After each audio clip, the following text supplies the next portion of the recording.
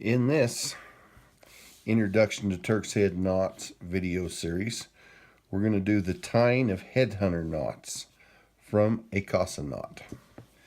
Now, I don't have this particular knot in my Introduction to Turk's Head Knot book, but this spring I was asked to come help do a braiding video or a braiding workshop up in Idaho, and this was one of the knots that we were going to tie on a bowselle that we were making.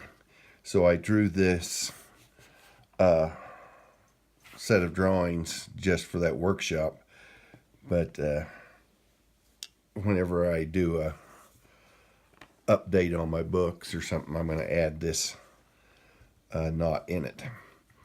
And what we're tying is a 4-part 5-bite knot, a Casa knot, and then we're going to enlarge it into a headhunter's knot. And we've already covered these 4-part knots in the video on 4-part knots, but here this drawing is very strictly free run, free run, free run, under, over. But if you'll remember, in that video you're just tying a overhand knot when you start that. So that is how we're going to start this. That was our free run, over. Now we're at this drawing right here, doing an under, over, and that takes us to the back side of our standing part, and we're laying tracks going up the back side, doing the same thing it's doing, over, under. That'd be this drawing. Now we're coming down this side, and we're doing an under, over, under, and that's under the standing end.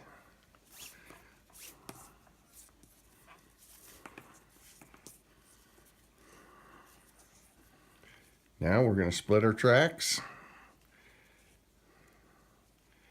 Here's our tracks. See, this is going over, over. That's under, under. So we're going to go over, under, over. Splitting tracks. That's this bottom drawing right there. Now we got this set of tracks right here. I'll straighten them out so we can see them a little better. Take the twists out of my string. And we're doing under, over, under. Under, over, under. That brings us back to our standing end. And as you can see, we tied this as a sobre knot. So we got to go over, under to finish the knot. Now, where this knot was tied with a enlargement process number 2 on the back side, as we do our enlargement process to go from a Casa knot into a headhunter knot, we come up the front side. And this move we have already done. So we're right here, and right here is where you start this enlargement process. You go under 2, and then we'll go over 1, under 1.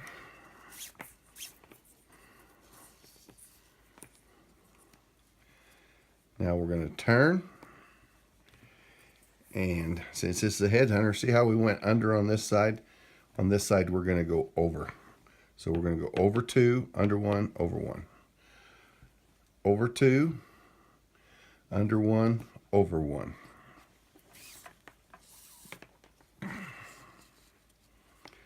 Now, here's our pair. So we go under 2, split our pair, go over 2, and out under 1.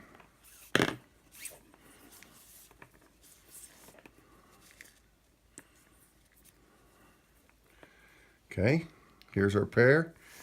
Going the other way, we go over 2, split a pair, under 2, and out over 1.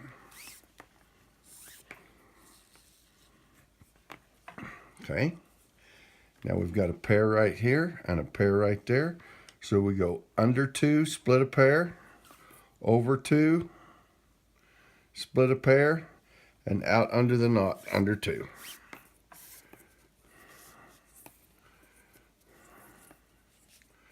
And that would have been in that drawing right there. Under 2, over 2, under 2. Now we're at this bottom drawing. See our pair right there and a pair right there. So we're going to go over 2, under 2, and over 2. Splitting those pairs. Okay. Now see our pairs right here. A pair there and a pair there. We go under 2, split a pair, over 2, split a pair, and under 2, out of the knot. And that finishes, well, to finish the knot, that brings us back to our standing end. To finish the knot, and this is a sobre, so we've got to go over 2 and under 2. And that ties and we'll just count our strand going through. So it's 2, 4, 6, and the one doing traveling is 7.